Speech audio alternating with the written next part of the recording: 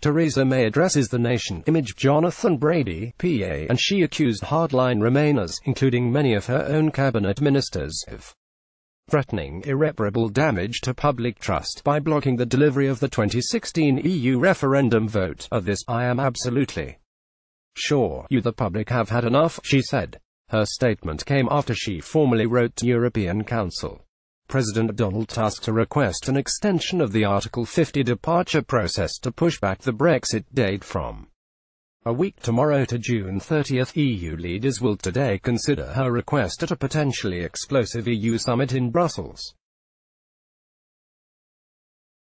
Mrs. May's statement followed another tumultuous day at Westminster that left severe doubts hanging over her future in Downing Street.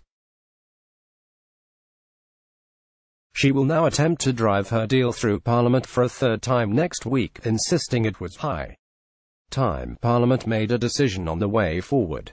Theresa May's letter to Donald Tusk asking for a delay. Image Press Association. She signalled to MPs that she will quit if she is forced to delay Brexit beyond the end of June. The PM was forced to drop her earlier plan of seeking a long Brexit delay if her deal was rejected a third time by the Commons in the face of a revolt by Eurosceptic cabinet ministers.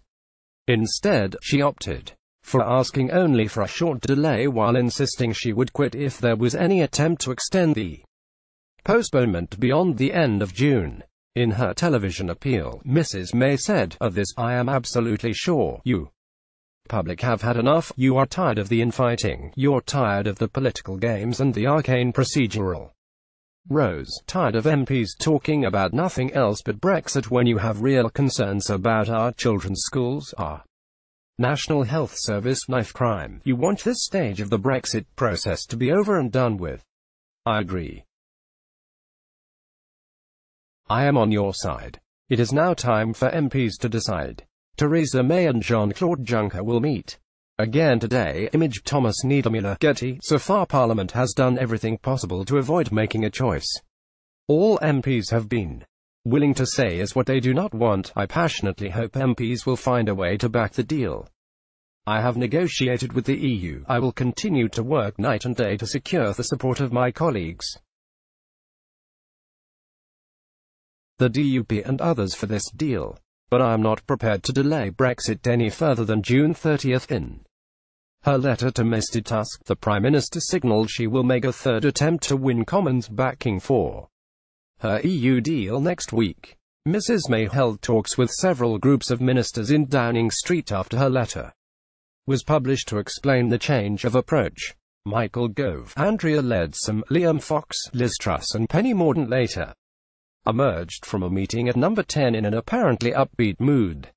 But the delay raised fears of a furious backlash from voters. A Sky Data poll found 9 out of 10 voters thought the Brexit talks had been a national humiliation. Ahead of tomorrow's summit, Mr. Tusk urged the 27 other EU leaders to agree to a short extension, as long as Parliament backs the agreement thrashed out between UK and EU negotiators.